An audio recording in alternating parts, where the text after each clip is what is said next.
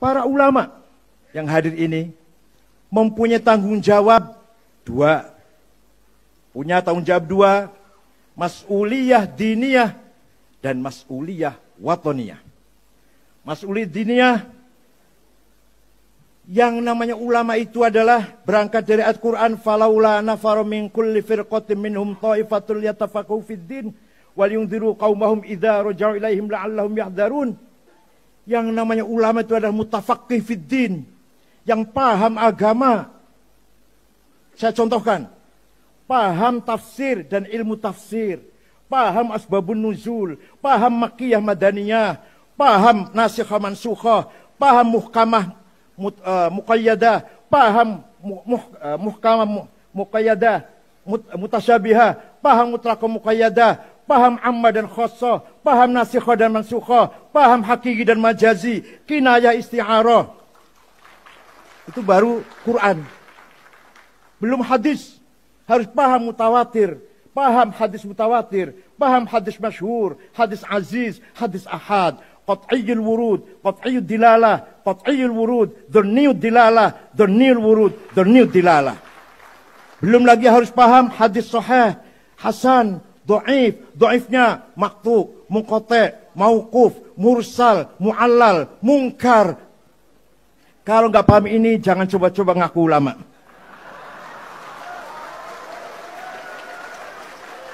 Itu baru yang berkaitan Quran dan hadis. Belum ijma', qauli dan sukuti. Belum qiyas, ada 9. Aulawi, burhani, mantiki, jadali, istiqra'i, tamthili, khitabi, syi'ri, iqna'i. Belum ilmu kalam.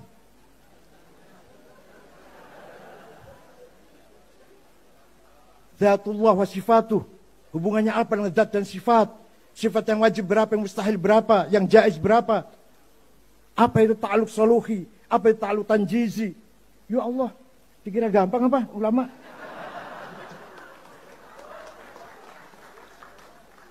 Alah, nggak usah jauh-jauh, ilmu tajwid saja.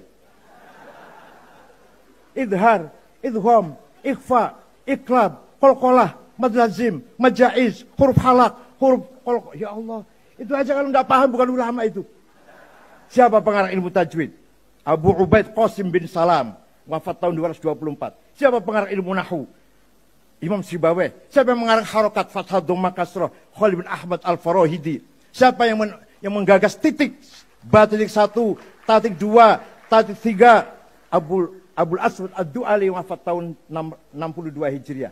Siapa pengarang ilmu balaghah? Amr bin Ubaid. Siapa pencetus ilmu kalam? Wasil bin Atta.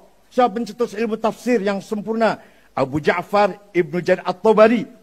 Wah, panjang ini, nggak bisa. Dikira cukup 2 minggu sankilat apa? Itu ulama. Ya, walhasil itulah kira-kira itu. Mutafaqih fid din. Di samping itu belum cukup. Ulama itu harus alladzina yanzurunal ummah bi'ainir rahmah. Yang memandang umat dengan mata kasih sayang. Dengan mata yang ingin segala diberikan untuk umat. Membimbing, memelihara, menunjukkan jalan yang benar. Dari pagi sampai malam, bahkan 24 jam, pintu rumah kiai terbuka. Hidup di tengah-tengah masyarakat sebagai informal leader, sebagai pemimpin yang non formal, menerima segala tamu, semua masyarakat mengadu. Ya Allah, luar biasa. Kalau ada orang mau bercerai, dinasehatin, jangan. Istri saya galak, Yai. Ya udah, kalau terpaksa kawin lagi saja dengan cerai.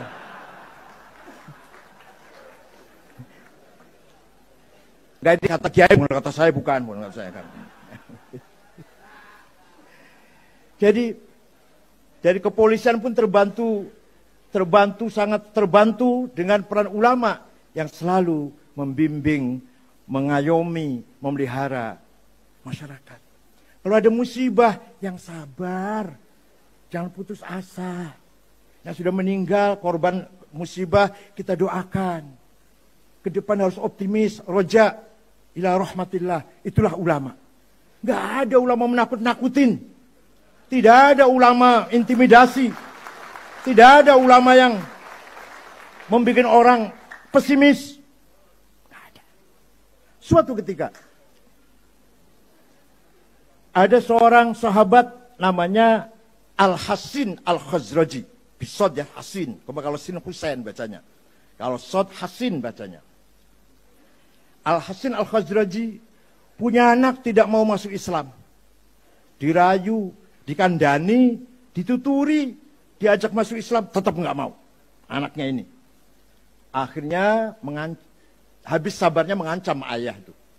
Kalau kamu tetap tidak mau Islam, saya bunuh kamu. Begitu ada seorang ayah menteror anaknya dalam masalah agama, turun ayat Al-Quran yang kita semua tahu, la ikraha fiddin. Tidak boleh ada paksaan, ada kekerasan, ada teror, ada intimidasi dalam masalah agama. Ayah tidak boleh ngancam anak, apalagi sedulur bukan, family bukan. Tahu-tahu sweeping.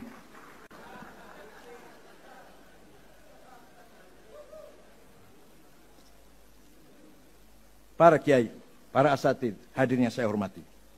Peran ulama dalam hal ini adalah memelihara masyarakat, mengayomi masyarakat, menunjukkan jalan yang benar, memberi contoh qudwah hasanah, bukan beri contoh qudwah sayyi'ah. Para ulama selalu memberikan contoh bicara yang benar, tidak pernah bohong, mengakurkan masyarakat, tidak mengadu domba, berkata apa adanya, kalimatul haq, tidak fitnah, apalagi sampai hoax, apalagi ujaran kebencian. Wala tuti' kulla hallafim mahin, hammazim masya'im binamim, manna'in lil khairi mu'tadin athim, utullim ba'da dzalika zanim. Jangan ikuti, jangan dengarkan omongan orang kesana kemari, bohong, adu domba, fitnah, ujaran kebencian, manna'il khair yang mencegah kebaikan, mu'tadin menimbulkan permusuhan, athim menimbulkan dosa besar. Baca ayat ini enggak ya mereka ya? Saya enggak tahu itu. Ngajinya enggak hatam sih ya. Aduh ya Allah. Nah. Kemudian peran politik sejak dulu ketika masa penjajahan, para ulama di depan merebut kemerdekaan dari penjajah, Belanda maupun Jepang. Kita tahu para ulama yang syuhada, Kiai Zainal Mustafa dari Tasikmalaya, dipenggal lehernya di Ancol. Kiai Rusdi Hamid Rusdi dari Malang, di Brondong, sekarang sudah menjadi nama jalan di Malang. Kiai Muhammad Ilyas Lumajang, Kiai Hashim Ash'ari, di penjara Mojokerto oleh Jepang 1 bulan. Keluar dari penjara, tangan kanannya tidak bisa bergerak. Dihajar oleh Jepang karena gara-gara tidak mau menghormat ke arah timur. Apa namanya itu? Shikere. Dan di penjara itu ditemani oleh santri dari Cirebon. Sekali lagi, dari Cirebon. Namanya Kang Solihin. Kiai Solihin Babakan Ciwaringin, Kiai. Itu yang menemani sama-sama disiksa oleh Jepang di penjara Mojokerto. Para kiai semua pejuang. Kiai Rukyat, bapaknya Kiai Ilyas Rukyat Tasikmalaya, juga dikejar-kejar oleh Belanda dan Jepang. Temannya banyak yang gugur, tapi Kiai Rukyat masih dijaga oleh Allah. Panjang usia sampai wafat, sampai akhir hayatnya, tetap berjuang. Itu ayahanda dari Rois Am, Kiai Ilyas Rukyat. Banyak sekali ulama, kalau saya ceritakan tidak cukup waktunya. Walhasil, ulama punya andil besar, punya andil sangat besar dalam membangun kemerdekaan Indonesia ini. Kemudian, setelah dibentuknya panitia persiapan kemerdekaan Indonesia, ketuanya Insinyur Soekarno, sekretarisnya Muhammad Hatta, anggotanya Haji Agus Salim, ulama. Kiai Wahid Hashim, bapaknya Gus Dur, jangan lupa. kakeknya Mbak Lisa, jangan lupa. Itu Wahid Hashim. Dan Muhammad Yamin, Laimena, Maramis, Abi Kusno. Nah, itu semua adalah para ulama bersama pemimpin-pemimpin nasionalis menjadi panitia yang mempersiapkan kemerdekaan Indonesia ini. Dikira para ulama bisa cuma tahlil aja, Pak? Tahlil pinter, berjuang pinter. Kemudian, tahun 45 merdeka, 17 Agustus 45 merdeka.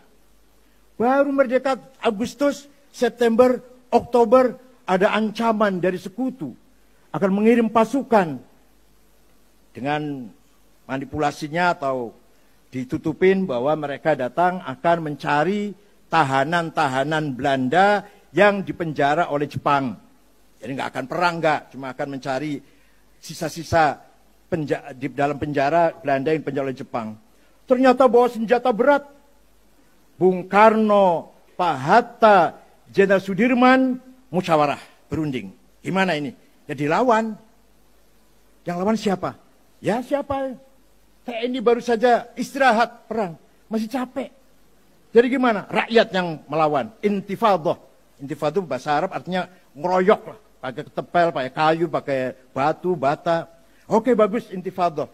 Tapi yang bisa mengerahkan rakyat supaya berani intifadah siapa? Nah itu. Dicari oleh tiga orang ini. Bung Karno, Pak Hatta, dan Sudirman. Kiai Haji Hashim Asy'ari Tebuireng. Itu yang bisa itu. Maka tiga pemimpin besar ini mengirim utusan bertamu pada Mbah Hashim Asy'ari. Kemudian beliau salam dari Bung Karno, Pak Hatta, dan Jenderal Sudirman. Beliau bertiga bertanya kepada Kiai, hukumnya membela tanah air. Bukan bela agama loh, bela tanah air. Kalau nggak ada tanah air, lemah kalau banyu, nggak ngerti tanah air, Masya Allah. Kiai Hashim Asy'ari mengumpulkan para ulama dari Banten Menes Kiai Abdurrahman, dari Bogor Pagentongan Kiai Abdul Hamid, dari Majalengka Kiai Abdul Halim, dari Cirebon Kiai Abbas, dari Buntat Kiai Amin Babakan Cuaringin, Kiai Satori Arjawinangun, dari Indramayu Kiai Sujai Segeran, dari Semarang Kiai Ridwan, dari Lasem Kiai Maksum, dari Kudus Raden Asnawi Kudus, dari Cepu Kiai Usman, dari Lombok Tengah Guru Faisal. Bertemu tanggal 20 di Tebuireng sampai tanggal 22 Oktober, keputusannya bahwa membela tanah air hukumnya fardhu ain. Semua orang wajib membela tanah air. Tidak pandang bulu. Yang kaya, yang miskin, yang berpendidikan, yang buta huruf, wajib bela tanah air. Fatwa itulah yang terkenal dengan fatwa resolusi Hashim Asy'ari yang bisa menggerakkan masyarakat Surabaya, Pasuruan, Gresik, Sidoarjo, Mojokerto, Madura melawan Nika, kedatangan Nika. Peperangan dipimpin oleh, nah ini jangan kaget. Jangan kaget nih. Dipimpin oleh singa dari Cirebon. Tenang. Namanya Kiai Abbas dari Buntet Cirebon. Mengambil sebuah markas rumah di desa Siwalan Kerto, Gang Pabrik Kulit, Jalan Ahmad Yani, Surabaya. Di situ markasnya. Peperangan terjadi, korban sangat banyak, tapi alhamdulillah kita menang. Kiai Abbas Buntet menjatuhkan pesawat 3, hanya dilempar dengan biji tasbihnya. Percaya silahkan, enggak apa-apa.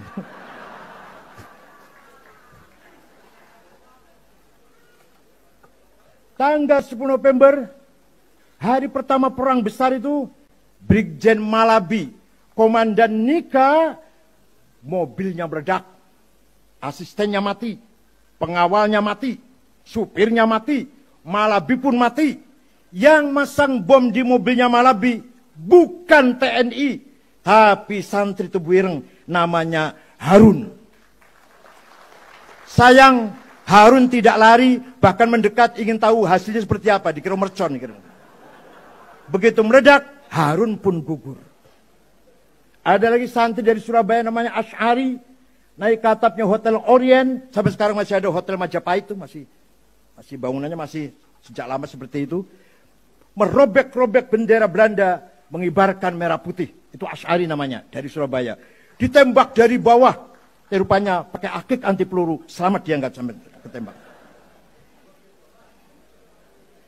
Itu sejarah bagaimana para ulama sangat besar kontribusinya dalam merebut kemerdekaan Indonesia ini. Sekarang sudah merdeka. Panjang kalau cerita peran ulama panjang banget. Nanti ada pemberontak PKI, ada segala macam. Sudah, ini singkatnya. Sekarang sudah merdeka. Mari kita bangun negara ini. Kita cintai negara ini. Kita sayang negara ini. Islam mengajak persatuan dan kesatuan. Islam mengajarkan damai. Islam mengajarkan hidup harmonis. Islam anti permusuhan. Islam melarang dendam. Islam melarang fitnah, adu domba, ujaran kebencian. Islam sangat memerintahkan kita berhati besar. Fabima rahmatin minallahi lintalahum walau kunta faddan ghalidhal qalbi min hawlik fa'fu anhum wastaghfir lahum wasyawirhum fil amr fa idza azamta fatawakkal 'ala Allah innallaha yuhibbul mutawakkilin. Muhammad, karena engkau santun, karena engkau ramah, karena engkau berakhlak Muhammad, maka mereka berbondong-bondong masuk Islam. Seandainya kamu Muhammad faddan ghalidhal qalbi, congkak, petandang peting-ting, kasar, omongannya kasar, bawa pentung sana kemari, dan faddu min haulik, niscaya orang akan lari meninggalkan kamu Muhammad. Fa'fu anhum, maafkanlah orang Makkah itu Muhammad. Ini dalam Fatu Makkah ini. Wastaghfir lahum, mintakan ampunan untuk orang Makkah Muhammad yang dulu musuhi kamu. Wasyawirhum fil amr, ajaklah mereka bermusyawarah menatap masa depan yang lebih baik. Yang kemarin musuh, yang kemarin mengusir Nabi Muhammad, menyiksa para sahabat, bahkan ada yang sampai membunuh para sahabat seperti Yasir dan istrinya Sumayyah, dimaafkan, dimintakan maghfirah kepada Allah, dan diajak musyawarah menatap masa depan yang lebih baik tanpa ada rasa dendam, rasa permusuhan sama sekali. Itulah akhlak Rasulullah Sallallahu Alaihi Wasallam. Semoga kita semua bisa menirunya, terutama ahlul baitnya, terutama habaibnya dong harus niru. Kalau saya kan orang Jawa asli. Jangan khawatir, kalau kita berpegang teguh, percaya dengan syafaat Rasulullah, insya Allah kita akan menghadapi siapapun, akan tunduk yang kita hadapi itu. Wa man takun bi rasulillahi nusratuhu intalqahul usdu fi ajamiha tajimi walantaro min waliyin ghairu muntasiri bihi wala min aduwin ghairu munqasimi. Budanu orang patah apa kata ini. Barang siapa selalu minta pertolongan kepada Rasulullah, maka ketika menjumpai harimau, harimau nanti akan menjadi kucing. Paham betul? Yang tadinya galak akan menjadi lunak. Kalau kita selalu bersama Rasulullah. Intalqahul usdu fi ajamiha tajimi. Walantara min waliyin ghairu muntasiri. Kamu tidak akan menjumpai kekasihnya Rasulullah yang tidak menang. Dan kamu tidak akan menjumpai musuh Rasulullah yang menang, pasti kalah. Itulah janji Rasulullah SAW. Apalagi menghadapi bulan Ramadan, bulan suci Ramadan, tidak pantas, tidak layak. Kalau dalam bulan Ramadan nanti kita masih saling mencaci maki, saling ujaran kebencian, saling menfitnah, tidak pantas sama sekali. Mari kita hormati bulan suci Ramadan, syahrul ibadah, syahrul mujahadah, syahrul taqarrub, syahrul tahakkuk, syahrul wusul ilal haqiqah. Mari kita buang rasa permusuhan, rasa kebencian. Mari kita bangun persaudaraan, mahabbah, mawaddah, salam, wi'am, damai, tentram, tenang, hormati satu sama lain. Adapun pemilu hasilnya, mari kita tunggu tanggal 22 Mei. Apa kata KPU? Kita percaya pada KPU, kita terima kasih pada KPU, kepada Bawaslu, DKPP, bahkan kita doakan yang gugur, KPPS yang gugur dalam menjalankan tugas ini, semoga diterima arwahnya oleh Allah dan diampuni segala kesalahan dan khilafnya. Syukran wa dumtum fil khair wal barakati wan najah wa akhudh bi aydikum lima fihi salah wal khair wal barakah wa yahfadkum min al-ahati wal afat wal mihan wal fitan wa huwal muwaffiq ila aqwamit thoriq. Wassalamualaikum warahmatullahi wabarakatuh. Waalaikumsalam warahmatullahi wabarakatuh. Upalas yang murah sekali lagi untuk Kiai Said Agil Suraj. Syukron jazilan Kiai. Mauidhah hasanahnya semoga membuka wacana kita untuk selalu dingin hati mensikapi keadaan situasi di bangsa tercinta ini.